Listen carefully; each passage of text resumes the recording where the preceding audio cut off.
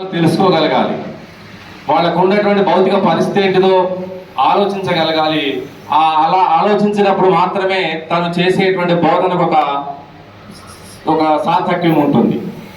అలా శేషాద్రి గారు ముఖ్యంగా తన దగ్గరికి వచ్చేటువంటి విద్యార్థులు వాళ్ళ యొక్క బ్యాక్గ్రౌండ్ ఏమిటి అనేటువంటిది ఆలోచించి వాళ్ళకి కావాల్సినటువంటి అన్ని రకాల సౌకర్యాలు అందించడంలో కూడా తన క్రియాశీలకమైనటువంటి పాత్రను పోషించింది. వాస్తవంగా ఇవాళ మనందరికి తెలిసిందే, విద్య ద్వారా మాత్రమే ఇవాళ సమాజం మారుతుంది. విద్య ద్వారా మాత్రమే ఒక శాస్త్రీయ దృక్పథము ముందుకు వస్తుంది.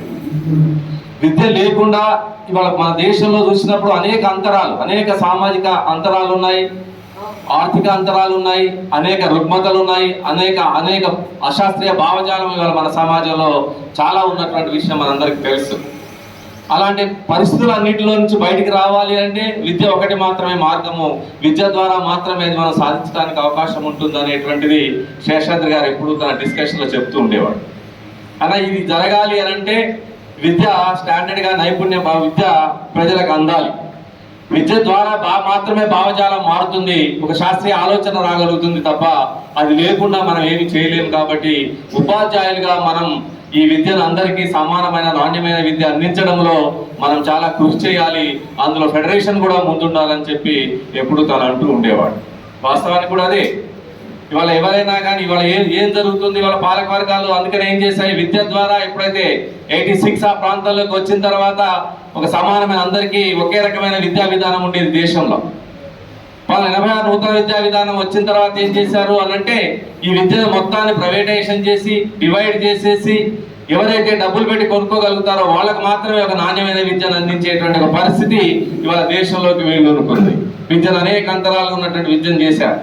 29-30 రకాల పాఠశాలలు ప్రభుత్వ పాఠశాలలే ఉన్నాయి. 29-30 రకాల పాఠశాలలు ఎందుకు ఇట్లా చేశారు అనంటే ఈ విద్యను అందించడంలో కూడా అందరికి సమానమైన విద్య అందించాలనేటువంటి ఒక ఆలోచన మన పాలక వర్గాలకు లేదు. ఆ పాలక వర్గాలకు లేకుండా వాళ్ళు ఎవరికైనా ఒక అక్షరాస్యత వస్తే చాలు, లేదా వాళ్ళు ఒక చదువుకున్నటువంటి కార్మికులుగా మారితే చాలు అనేటువంటి ఒక ఆలోచనతోటే పాలక వర్గాలు ఈ రకమైనటువంటి ఒక కుట్రను పన్నాయి.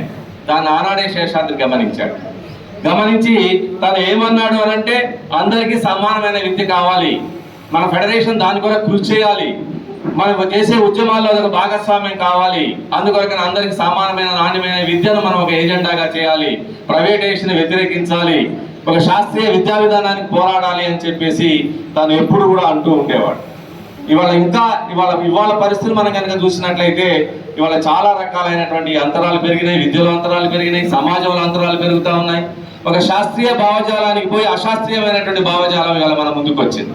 ఇవాళ మీరు చూస్తున్నారు ఒక జ్యోతిష్యాన్ని కోర్సుగా పెట్టడం, జ్యోతిష్యమే కాదు క్షుద్ర విద్యల్లో కూడా యూనివర్సిటీలో కోర్సులు పెట్టేటువంటి దశకు ఇవాళ మన పాలక వర్గాలు తీసుకొచ్చాయి. ముఖ్యంగా కేంద్ర ప్రభుత్వం.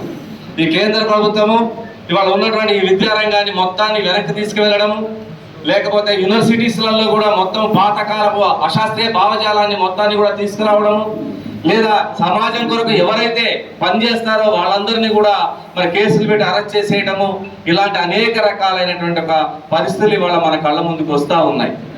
వీటన్నిటినీ ఇవాళ ఈ పరిస్థితులు అన్నిటికీ కూడా ఏమిటి అంటే ఇవాళ మన దగ్గరకు ఉన్నటువంటి ఒక హిందూ రాజ్యం పేరుతోటో, లేదా ఒక మతోన్మాదం పేరుతోటో, లేదా మతమే ముఖ్యం అని చెప్పేసేటువంటి ఒక భావజాలం ఉన్నటువంటి ఒక పాలకవర్గం ఇవాళ ముందుకు రావడం వల్ల ఇవాళ శేషాద్రి ఏదైతే ఆశించాడో, ఏదైతే మార్పు కావాలని కోరుకున్నాడో దానికి భిన్నంగా ఇవాళ మళ్ళీ సమాజంలో జరుగుతాము. అందుకని మనం శేషాద్రిని ప్రేమించే వాళ్ళుగా, శేషాద్రి మీద గౌరవం ఉన్నటువంటి వాళ్ళుగా, ఆ శేషాద్రి ఏదైతే అశాస్త్రీయ భావజాలానికి వ్యతిరేకంగా తను పోరాటం చేశాడో ఆ పోరాటాన్ని ఇవాళ మనందరం కూడా కొనసాగించాల్సిన అవసరం ఉంది. అలానే రాజకీయాలలో విలువలు కానివ్వండి, లేకపోతే అన్ని రకాలుగా సమాజంలో ఉండేటువంటి అన్ని పరిస్థితులన్నింటినీ ఇవాళ మనం ఏది చూసినా కానీ ఇవాళ మీరు చూస్తూ ఉన్నారు. ఇవాళ భారతదేశం ఇవాళ జరుగుతున్నటువంటి యుద్ధము, ఈ పరిస్థితులలో కూడా దేశం ఎంత దిగజారిపోయిందో, అమెరికా చేతుల్లో ఎట్లా ఇవాళ అది దిగజారిపోయి ట్రంప్ చేతిలో మోడీ ఎట్లా కీలుబొమ్మగా మారాడో, ఎట్లా బానిస బతుకుగా మారినటువంటి పరిస్థితి ఉన్నదో కూడా ఇవాళ మనం ఆలోచించుకోవాలా. ఇవన్నీ ఆనాడు ఇప్పుడే చూశాను కార్టూన్లో, తను వేసిన కార్టూన్లో అప్పుడు ఉన్నటువంటి వాజ్పేయి అనుకుంటా బొమ్మ శేషాద్రి వేశారు. ఆయన ఆనాడు వేసింది ఇవాళ జరుగుతుంది. ఏమనుంది దాంట్లో అంటే ఇప్పుడే నేను చూశాను. మా భారతదేశంలో హిందూ రాజ్యం వచ్చిన తర్వాత మేము మీ చేతిలో మేము కీలుబొమ్మలాగా వ్యవహరిస్తాం అన్నట్టుగా ఒక కార్టూన్ వేశాడు ఆయన. ఎన్నడు వేశాడు అది? ఇవాళ వేసింది కాదు ఆయన. ఒక 15-20 సంవత్సరాల క్రితమే ఆయన చదువుకునే రోజుల్లో వేసినటువంటి ఆ కార్టూన్ ఇవాళ నిజంగా అది ఇవాళ మనం కళ్ళకద్దినట్టుగా జరుగుతున్నటువంటి పరిస్థితి. నిన్న జరిగినటువంటి ఒప్పందాలు కావచ్చు, లేకపోతే నిన్న జరిగిన ఇరాన్ యుద్ధంలో మన వైఖరి కావచ్చు, లేకపోతే ఇజ్రాయెల్ దగ్గరికి మోడీ పోయి కవలించుకొని రావడం కావచ్చు, ఇవన్నీ మనం చూసినప్పుడు ఇవాళ శేషాద్రి వేసినటువంటి కార్టూన్లు దాదాపుగా దానికి సరిపోయేటట్టుగానే ఉన్నాయి. అంటే ఎంత ఆలోచన, ఎంత ముందు చూపు, ఏం జరుగుతుంది ఈ సమాజంలో ఇలాంటి శక్తులు, అశాస్త్రీయమైనటువంటి శక్తులు, అశాస్త్రీయ భావజాలం అధికారంలోకి వస్తే జరగబోయే పరిస్థితి ఏమిటి అనేటువంటిది కూడా శేషాద్రి గారు ఆనాడే ఆలోచించాడు అని అంటే తనకి ఎంత ముందు చూపు ఉందో కూడా మనం అర్థం చేసుకోవాలి. అలా తన బాల్యం నుంచే ఒక క్రియాశీలకమైన విప్లవభావాలతోటి, లేదా ఈ సమాజం మారాలనేటువంటి కోరికతోటి, లేదా తను పనిచేస్తున్నటువంటి ఉపాధ్యాయ వృత్తిని ఇందాక మీరు చెప్పినట్టుగా తను ఒక మంచి మ్యాథమెటిషియన్, తను వాస్తవంగా చెప్పాలి అని అంటే తను ఏదైనా కోరుకుంటే ఆనాడు ఇంకా మంచి ఉద్యోగాలకు పోయేవాడు. మంచి అంటే ఐ మీన్ టీచర్ కన్నా మంచి అని కాదు నా ఉద్దేశం, ఇంకా వేరే ఉద్యోగాలకు వెళ్ళేవాడు.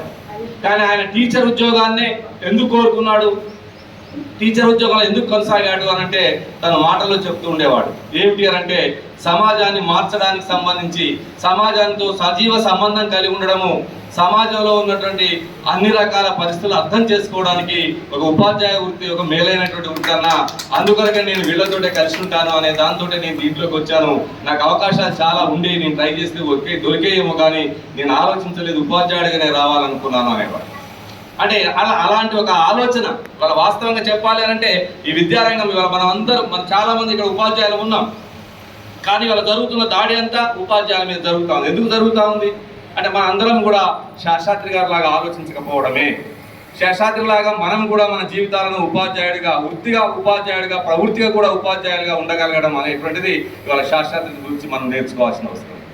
ఆ మిత్రులారా ఇవాళ ఉన్నటువంటి పరిస్థితి, వాళ్ళ రాబోయే కాలం వాస్తవంగా తను సమాజంలో ఫైట్ చేసిన రోజు, సంఘర్షణ పడిన రోజు ఉన్నటువంటి పరిస్థితుల కన్నా ఇవాళ సమాజంలో ఉన్నటువంటి పరిస్థితులు ఇంకా భిన్నమైన పరిస్థితులు, ఇంకా కష్టమైనటువంటి పరిస్థితులు, కనీసం ఉన్నటువంటి వాక్ స్వాతంత్రం కూడా లేకుండా పోతున్నటువంటి పరిస్థితులు ఇవాళ సమాజంలో వేళ్ళురుకుపోతున్నాయి. మనిషిని మనిషిగా చూడని పరిస్థితులు పడతా ఉన్నాయి. మరి ఇలాంటి ఈ పరిస్థితులు, ఇలాంటి భిన్నమైన పరిస్థితులు ఇవాళ వస్తున్నాయంటే నిజంగా మిత్రుడు ఉన్నట్లయితే ఇంకా ఎంత బాధపడేవాడు. అందుకని అలాంటి అన్నిటి పట్ల ఇవాళ మనం ఒక ఆలోచనతో అవసరము మనకున్నదని చెప్పేసి కూడా నేను ఈ సందర్భంగా తెలియజేస్తాను. ముఖ్యంగా విద్యారంగాన్ని వాళ్ళకి ఏమిటి అని అంటే ముఖ్యంగా ఉపాధ్యాయులతో పాటు ఇక్కడ ప్రజా సంఘాల నాయకులందరూ కూడా ఆలోచించాల్సిన అవసరం ఉంది. వాస్తవంగా ఇన్ని రోజులు నేను అనుకోవడం ఏంటంటే ఇది విద్యార్థులు ఉపాధ్యాయులు చూసుకుంటారు, లేకపోతే వాళ్ళదే ఈ బాధ్యత అని చెప్పేసి ఒక ఆలోచన ఉండుండొచ్చు. కానీ వాళ్ళ వాస్తవంగా ప్రభుత్వ విద్యను రక్షించకుండా, ప్రభుత్వ విద్యారంగాన్ని మనం కాపాడుకోకుండా ఈ దేశంలో సమానత్వం తీసుకురావడం సాధ్యం కాదు.